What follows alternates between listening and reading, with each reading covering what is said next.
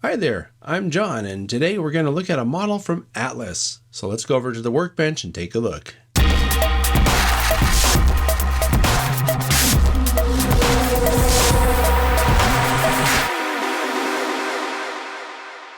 Alright, so here's what we're looking at today. This is an HO scale Atlas Master 53-foot Evans double plug door boxcar. Try saying that 3 times fast.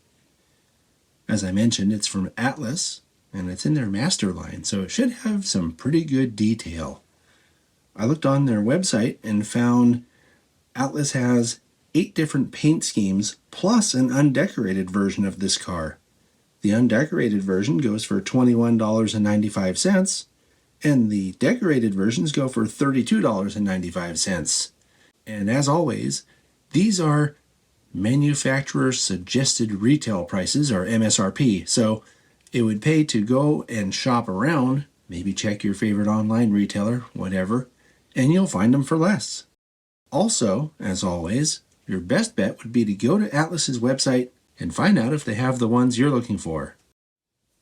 I've scrutinized the paint on this model and found that the red base coat covers very nicely without being thick enough to obscure any detail.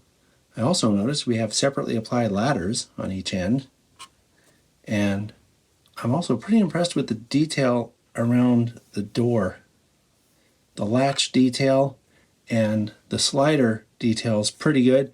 This looks to be a molded door track on the top and on the bottom, and just overall it looks very good. The small writing is legible, and you can see it has a build date down here of November of 1973. Looking at the brake end, you can see that we have a separately applied brake wheel. The crossover platform also is a separately applied plastic piece. The ladders are also separately applied pieces, and you can see that it comes with a body-mounted knuckle coupler. We usually don't do a straight-on view of cars like this, but I wanted to do this just to give you a better view of all those little separately applied details, and to mention that the tack board actually is molded in place there.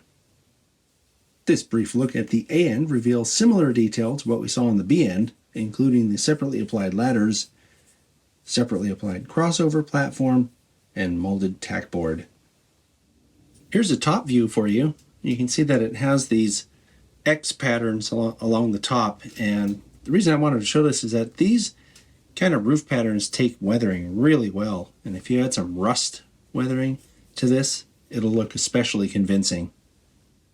We're going to look at the bottom real quick here, and I'll point out that it has a lot of separately applied brake detail down here, and then these are in fact metal wheels that it comes with, and body-mounted knuckle couplers. The bottom actually looks really good. I think Atlas has done a really good job with this model. It's not overly super detailed, so if you're the kind of person who likes to super detail models, it'll give you something to do, but it's also not overly simplistic. So if you're the kind of person who likes to buy a model, throw it on the track, and just start running it right away, you can do that too. So good job, Atlas. I'll see you next time.